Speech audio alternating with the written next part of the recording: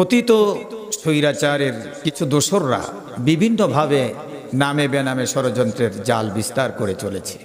আমরা দেখতে পাচ্ছি পুলিশের মাধ্যমে একটা ষড়যন্ত্র হয়েছিল, যেটাকে আমরা পুলিশ লীগ ষড়যন্ত্র বলেছিলাম। তারপরে আনসারদের মাধ্যমে ষড়যন্ত্র হয়েছে, তারপরে সচিবদের মাধ্যমে ষড়যন্ত্র হয়েছে, বুদ্ধিজীবীদের মাধ্যমে ষড়যন্ত্র হয়েছে, এরপরে অটো রিক্সাওয়ালাদের মাধ্যমে ষড়যন্ত্র হয়েছে, সনাতনী ধর্মাবলম্বীদের মাধ্যমে ষড়যন্ত্র হয়েছে, 1 লক্ষ টাকা করে দিয়ে শাহবাগে লোক জড়ো করার ষড়যন্ত্র হয়েছে। সবগুলো ব্যর্থ হয়েছে।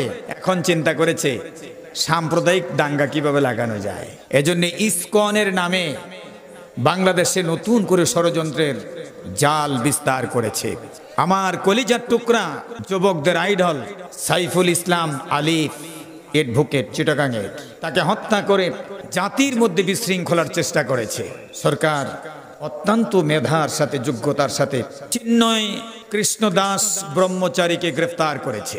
আজকে আবার তার দোসর আসিফকে গ্রেফতার করেছে। অনুসন্ধানে জানা গেল তাদের ইসকনের মন্দির এগুলো অস্ত্রের গোডাউন হিসেবে তারা গড়ে তোলার চেষ্টা করেছে। আজকে সিলহেটে এক মন্দির চেক করে অনেকগুলো অস্ত্র পাওয়া গেছে। আমরা তাদের নিরাপত্তা নিশ্চিত করেছি। 5 আগস্টের পরে আমরা তাদেরকে পাহারা দিয়েছি, মন্দির পাহারা দিয়েছি, অন্য ধর্মের মানুষদেরকে পাহারা দিয়েছি। বিনিময়ে তারা আমাদেরকে আঘাত করেছে, আমার ভাইকে হত্যা করেছে, আমার মসজিদের আঘাত দিয়েছে, মসজিদ ভেঙেছে, তারপরে কিছু বলি নাই। কিন্তু আমরা ভদ্রলোক, মানবিক, তাই বলে দুর্বল নই। এই জমিন নিয়ে যদি কেউ সিনেমিনি খেলে, আমাদের ইমানি শক্তি বলিয়ান হয়ে, ইমানি শক্তিতে বলিয়ান হয়ে আল্লাহু আকবার ধ্বনি দেব, সমস্ত অপশক্তিকে বঙ্গোপসাগরে ভাসিয়ে দেব। এই শক্তি সামর্থ্য আমাদের আছে এবং সেটা আমরা জানি। কথা বলেন ঠিক কি ঠিক না?